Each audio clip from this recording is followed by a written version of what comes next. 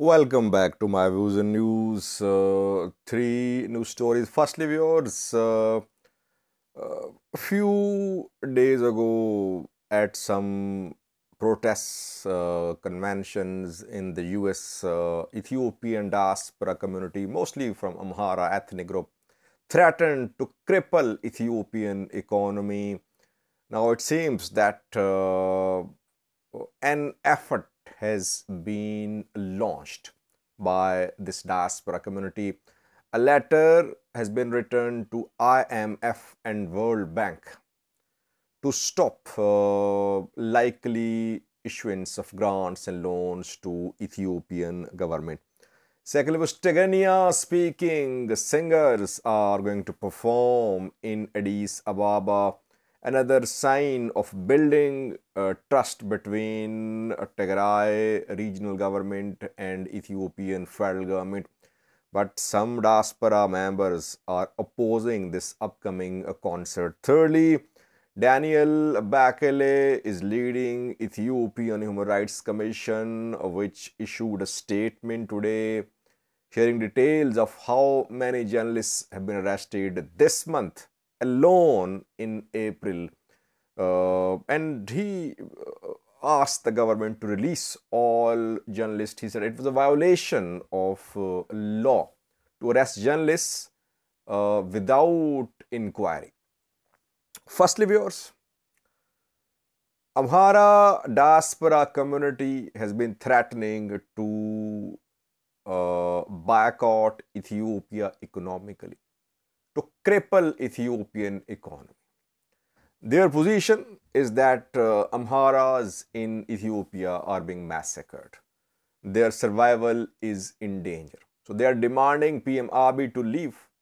And at a recent convention held in the US, we saw that they planned to boycott all Ethiopian federal institutions, and they were planning to contact international lending institutions to ensure that Ethiopia does not get any loans, grants from these institutions. Now we are seeing practical implementation of their plans. A letter has been written to IMF and World Bank heads. The letter is from two Ethiopian scholars who remain part of Ethiopian PM's Economic Advisory Council. The two scholars who have written this letter are Yunus Bero and Saeed Hassan. They are warning IMF and World Bank, relying on a report of Reuters. Reuters published an article 2 days ago that Ethiopia was in talks with the IMF for a $2 billion loan.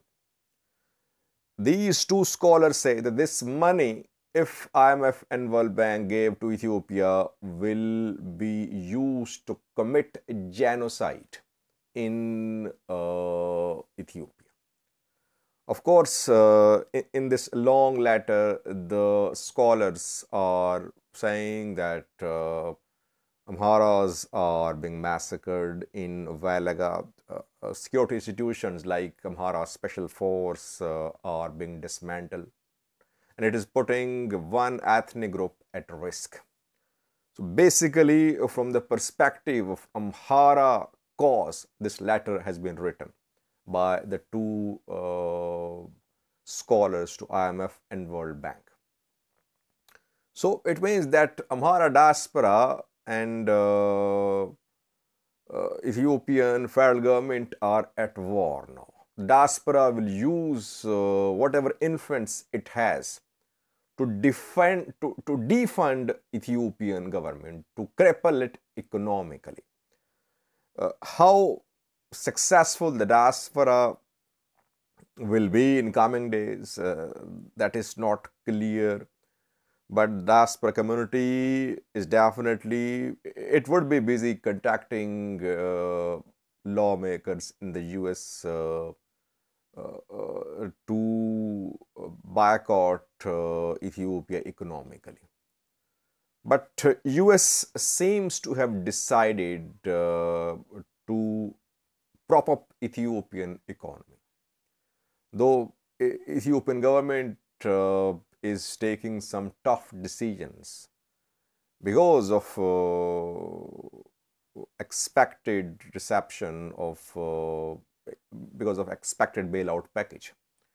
And it is part of bailout package that Ethiopian government has to make peace with armed factions across Ethiopia. We're seeing peace deals being signed in Tigray, in BG, in Gambela, talks going to start in Oromia, in Amhara, talks between AGO and security forces. So all this which is happening is part of that bailout package demands. Some say handover of Raya and Volkayat to Tigray could also be one of the provisions. These provisions are shared by US, not by IMF and World Bank. US is behind IMF and World Bank. So IMF and World Bank, backed by US, are trying to shape a new Ethiopia. Amhara diaspora community disagrees with this new Ethiopian order. There is a new world order as well. Now, a new Ethiopian order is emerging with which Amhara diaspora is disagreeing, calling it a threat to Amhara survival. Secondly, viewers, Tigrayan-speaking members of Tigrayan-speaking singers are going to perform in Addis Ababa, to which we're seeing opposition from some diaspora community members. Mulugata Maludana and Solomon Berai are two Ethiopian singers from Tigray, I think. And now they're going to perform in coming days in Addis Ababa, Ethiopian capital. Advertisements are being published for their performance in Addis Ababa. Andergachu Sege, who is managing director of ESAT, a few hours ago criticized the performance, the upcoming performance of these singers in Addis Ababa. In his message, he said that these singers were preaching hatred a few months ago on front lines in Tigray. They were fighting, and now they are going to perform in Addis Ababa. Well, peace deal has been signed. Reconciliation is the term now being used by the two sides. Eritreans are visiting Addis Ababa. We're seeing engagement between Tigray and Oromo politicians. PM Abiy is appreciating Tigray leadership. Tigray leadership is accepting PM Abiy as the Prime Minister. So a lot has changed. This atmosphere of good working relationship should continue, and such performances obviously should be encouraged. Some diaspora community members are so entrenched in their anti-TPLF rhetoric that sometimes they cross boundaries. They shouldn't cross red lines because they are living abroad. They're not affected by what is happening in Ethiopia directly. But Ethiopia needs ethnic harmony among ethnic groups. And that is the best way to achieve. Tigray-speaking members should perform in Addis Ababa. And Amhara, Oromo singers should perform in Mekelle, Tigray's capital. That is the way forward. And others too, from Somalia, Fars, etc. So opposition to this performance should not be encouraged. Because all were spreading hatred in the last 2 years. Politicians, singers, activists, but now they have realized maybe that what they did led to the killings of tens of thousands. If they are willing to make a new start, it should be welcomed, I think. Thirdly, Ethiopian Human Rights Commission has shared some details about how many journalists have been arrested in Ethiopia this month. 8 journalists have been arrested in Ethiopia this month. Since the 3rd of April, Today is the 15th of April. So in just 12 days, 8 journalists have been arrested, and most arrests are linked to the protests, the uprising, the tensions in the Amhara region. Daniel Bakele spoke a few hours ago. He said arrests of journalists is a violation because no pre-trial detention is illegal.